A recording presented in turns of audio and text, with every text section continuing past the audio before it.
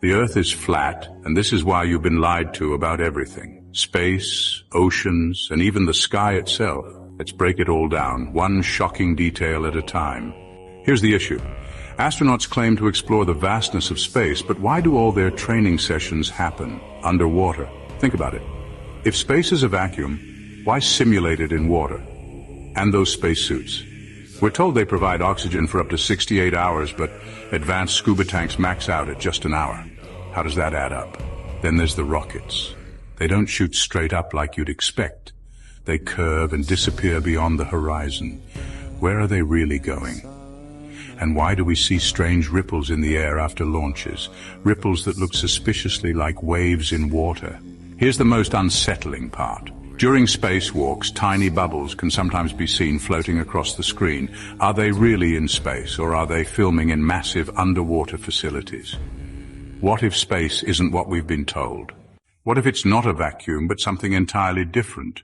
Ancient texts and modern theories point to a firmament, a solid dome above us, separating the waters below from the waters above. If that's true, then the sky might not be an endless expanse, but a massive barrier holding back the oceans of the heavens. And rockets? They're not exploring the universe. They're slamming into this firmament.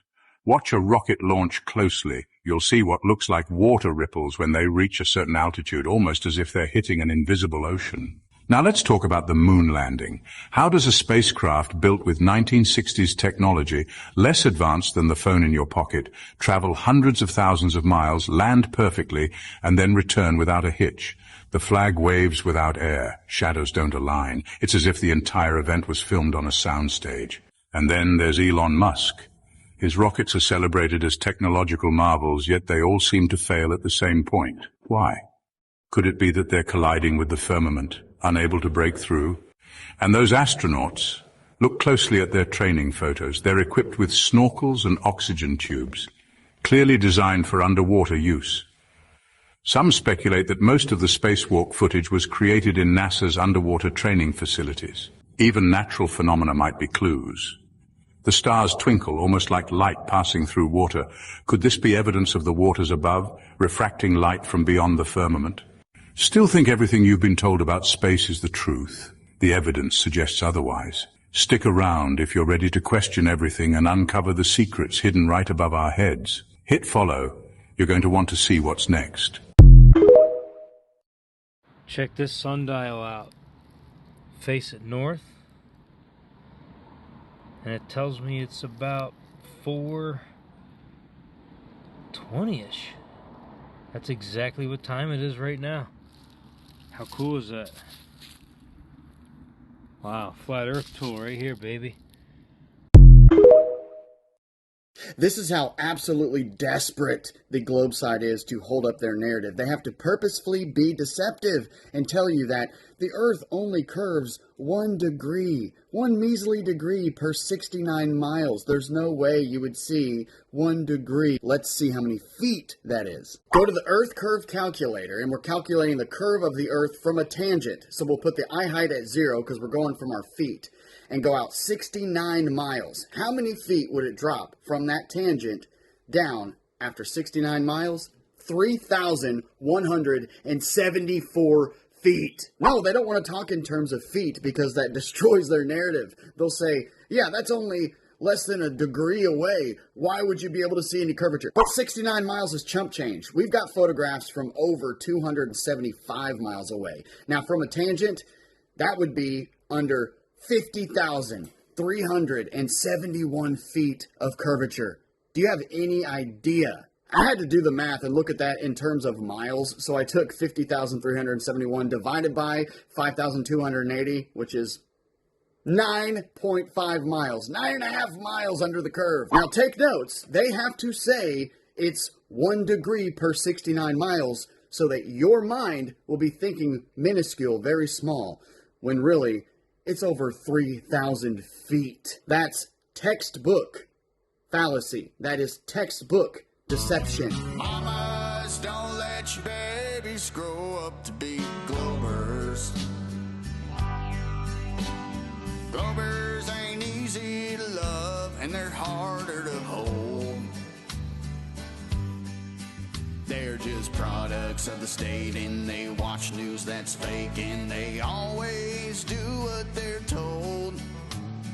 Cognitive dissonance and Dunning-Kruger is all that they really know.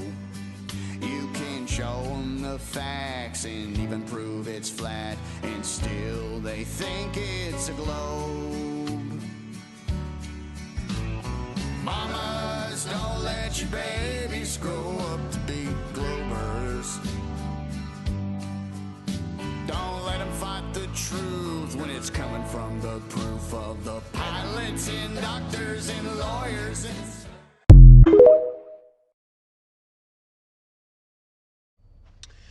What do you have here? Lies. You see this right here? This is an illustration of them building a railroad. Because for some reason, we actually fell for it. We actually thought some guys out in the Midwest in the 1800s getting paid $0.25 a day were strategically laying down even things of wood, putting down metal rails on top, nailing them down, and without a doubt, that was enough to support this structure right here, going all the way across, heavy as it is, with its load. The truth is, they ain't build this shit. Let me show you.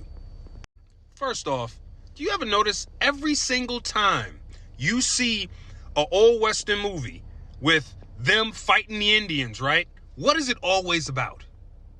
It is always about the railroad. If you watched any movie, ever just realize it's always about the railroad? Anytime they try to show you some settlement, 1800s, you ever just notice they always try and make it about the railroad? And the railroad baron has all this power, and, oh, we got to get this railroad done. Oh, we're working on the railroad. That's a psyop. It's a psyop to get it in your head that they're building the railroad. So you start to think they built the railroad. Again, if they're putting it on TV, if they're constantly hammering it into your head, they're lying to you. Take a look at this picture here. What do you see? I guess this is supposed to be an image of these guys. I guess supposedly they're building the railroad. What do all of them have in their hand? A shovel. Not a tool belt, not anything necessary to actually build a rail. Do you have any idea the kind of tools you would need to get this down in here and get this solid so that this structure can go on it stable with no issues? Why do they all have shovels? What the hell makes you think in the 1800s, first off, this is made out of wrought iron. Wrought iron. In the 1800s, railroad tracks were primarily made of wrought iron. Wrought iron, which is not, it's different than regular iron. It's actually a better form of iron. So, you have to understand something, okay? Somehow, with horse and buggy, these rail lines, which are heavy as... You would need hundreds of miles of this if this is what you're laying. Where are they getting that from? Who's transporting that for them? Also,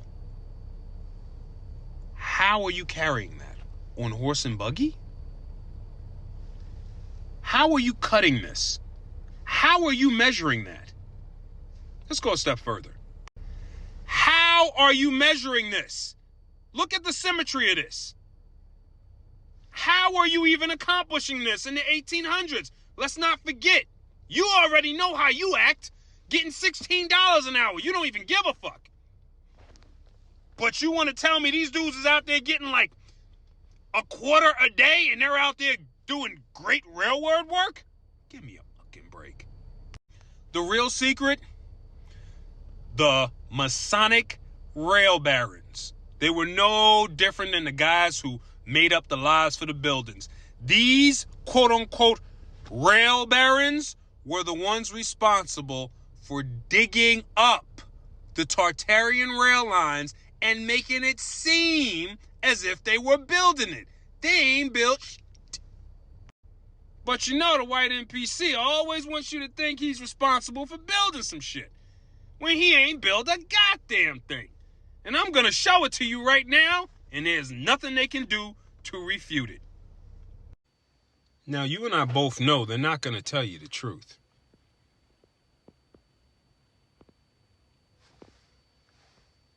Let's find out who these individuals are. William Henry Vanderbilt, president of the New York Central Railroad. Most powerful tycoons in the U.S. railroad industry, right?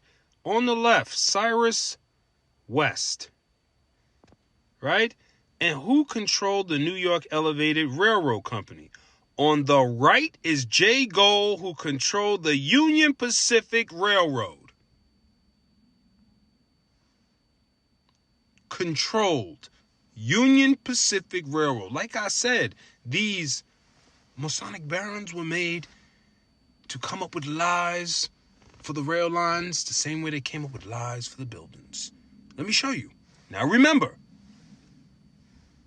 who controlled the Union Pacific Railroad. Let's take a look.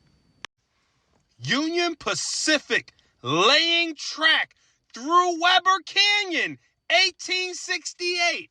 Okay, I want y'all to take a look. Take a look. Does it look like they're laying track?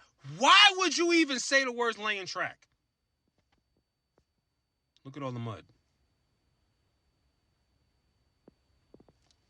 Laying track? Do you see a stack of tracks or anything anywhere to be laid?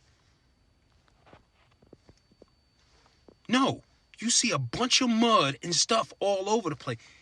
They are excavating. Digging up the rail lines. That's why they all got shovels in their hand, no tool bolts, no nothing else. They just digging up the rail line. That's it. Look at them. Every single one of them got shovels. Because that's the truth, people. History's a lie. They ain't built no railroad. What are they doing right here? Come on, y'all. Come on. You got common sense. What does this look like?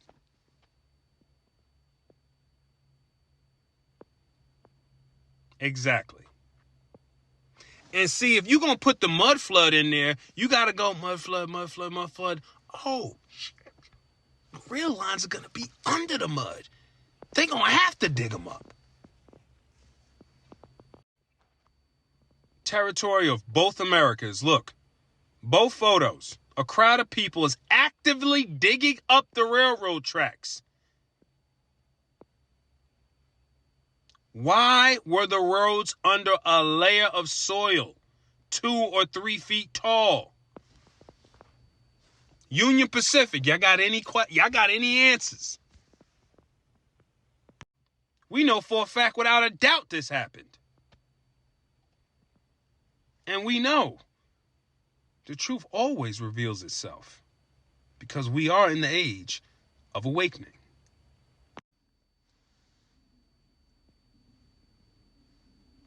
Another Tartarian structure they wanted to say they built in 1 year. You know they ain't built that in 1 year. Look at these clowns. Now, this is important. Pay attention. Look at this building. Look at where the door is. That's where the door is. That's where the original ground was until they excavated this out. Look at where that door is. All the way up there. That's not where the door's supposed to be. Look at all the structure down here. And another thing. Look over here. What do you think that is? Yeah. That's the rail line. Where do you think it was?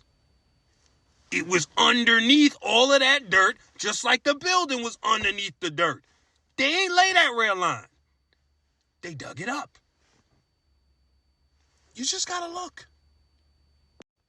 They wasn't doing nothing like this and forging nothing like this. This is all a fabrication. And that's why they fabricate it in the movies. And every time you watch a movie or a Western, they always put that bolt-ass railroad construction in there. At the end of the day, they've just been playing in our face. But when the mind is blind, the eyes can't see. Until now.